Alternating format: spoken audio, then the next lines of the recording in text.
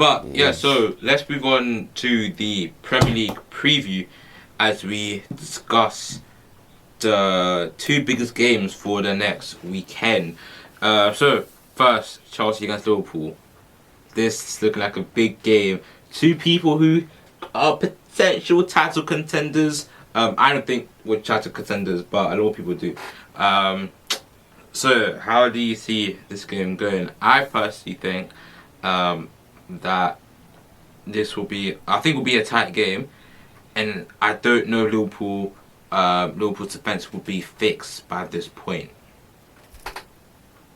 I agree with you. I can see Chelsea winning. Like, I know our performance was bad, but that thing in the team gelling can be fixed within a week.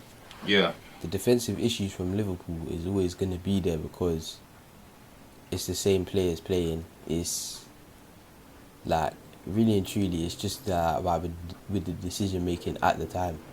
Yeah. I feel like there's, like, for Trent, if Pulisic does play, I don't think Pulisic will be fit for that game.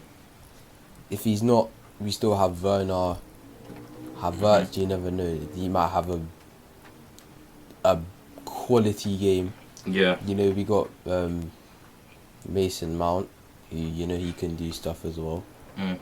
He's good at pressing and stuff, putting people under pressure. You know, Hudson-Odoi is on the bench. Like, midfield, Kante, Kovacic and Jorginho. You know, if they're at their best, we can break that Liverpool team down. And I feel like, really and truly, if we bring the game to Liverpool, we surely have to win. We have a huge chance of winning. I also think that obviously Chelsea's defense did look leaky at times in that game.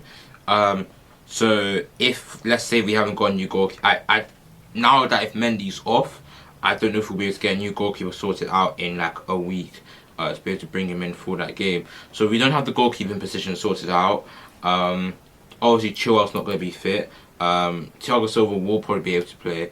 But yeah, if we don't sort out that defence, like we saw Salah in the last game, he could be just dangerous. Mane is still obviously always going to be a goal threat. We didn't concede from any set pieces, but you know, we are vulnerable from set pieces. We saw that last season. And if we haven't fixed it, you have Van Dijk in the box, who scored an absolute bullet header in the last game.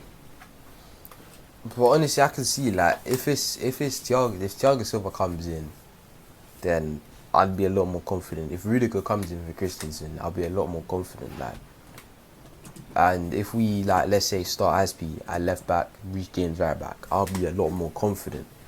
It's just that there's the few players where I lose that confidence in the team. Like really and truly, Kepa's always gonna be Kepa. Like, yeah, there's nothing we can do about that. So at the moment, we're just gonna have to play him in goal. Unfortunately, we're gonna have to play him in goal. But if we have like a good back four to protect him, like Reece James, Thiago Silva, Zuma, Rudiger, Aspi, when Chilwell gets back fit, we have him. If we have that defence to protect him, then we can still get games. We can keep clean sheets. Our defensive record can improve. Like, sorry, I just think like it's these small things. Like, yeah, Kepa, he makes these mistakes and they cost us a lot. But if we had like things like if Trossard was pressed, it wouldn't have got to the situation where Kepa could make that mistake. Yeah, but there are certain times, like, look at Liverpool, like they can make a defensive mistake, and they all know that, okay, Alisson's there, he will like back it. City, they can make the defensive mistake. They'll be like, oh, we have Ederson to back it. United, like, what was this in the 2017-18 season when De Gea was phenomenal? He like United made so many defensive errors, and De Gea was like, "Don't worry, I got this." Like, to challenge the top sides, you need that keeper. Even saw in the Champions League final, Neuer, Like Bayern Munich defense was like PSG had chances, and Neuer like he saved them quite a few times. So Yeah, I know what you mean. I understand exactly what you're saying. yeah, like, the best sides will always make defensive mistakes. It's about having that world class goalkeeper behind. So then, one, it gives the defenders confidence that okay, like if you have that peace of mind that you have a good keeper behind you, then you're gonna play better. But if you're thinking that I can't mess up, otherwise then because we have a terrible goalkeeper behind, I have a terrible goalkeeper behind me, it's just gonna put extra pressure on you for no reason. But yeah, I just think Kepa's always gonna be Kepa. Like, don't get me wrong, he might pull up a outstanding save against Liverpool, and he might win us the game. You never know. That's literally him right now. His performances are unpredictable. Yeah, like he does have the ability to make good saves. He also has the ability to let the ball roll under him, and to have a Exactly. 54% save percentage. You know what I mean? Like, Yeah, exactly. It's just too unpredictable with him, and I like, for him and his own sake, I just hope he tightens up. yeah, same. Because I think if De Gea has another bad season, if De Gea gets replaced as the United's number one, if Kepa can then have a big season, Kepa will then be the number one for the Euros. You know what I mean?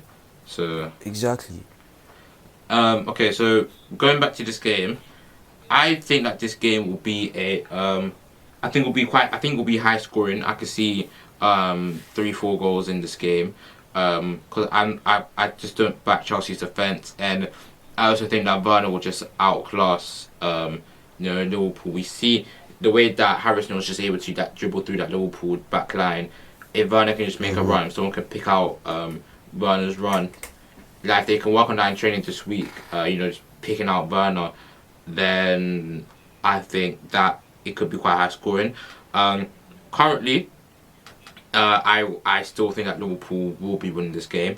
However, when the lineups come out, then my idea may change. What about you? What do you think? Yeah, I see what you're saying. I just think, like, I'm gonna have to back my team. Like, I still think, like, with everything going on, Chelsea's issues, Liverpool's issues, Mm. I just feel like Chelsea will have that little edge when it comes on the day. I just feel like, so like I feel like Chelsea will win. Like, I want to say, like, it will be definitely, like, there'll be one goal in it, Yeah, and I know Liverpool will score at least 2 goals minimum. So I I'd say really should back 3-2. I really should back my team shouldn't I? But after that performance against I'd say Brighton, 3-2. I say at the moment I'm saying 3-2, but, like, when I see the lineups, my opinion could change yeah. completely. And I'm very pessimistic about Chelsea recently. Last season really did make me very pessimistic. Alright, so next game we'll discuss, and the last game that we will discuss is Wolves versus Man City. Now, last season, obviously Wolves beat Man City twice, was it? I think they beat them twice, didn't it? Yeah, and Wolves in the first game scoring like 2 goals in 6 minutes. Jimenez had a amazing game. And since we haven't seen them play yet, but of course we've got the new signings. They've got Ake, they've got Fernan Torres, they've got Foden. He may start because David Silva's gone. How do you think this game's going to pan out?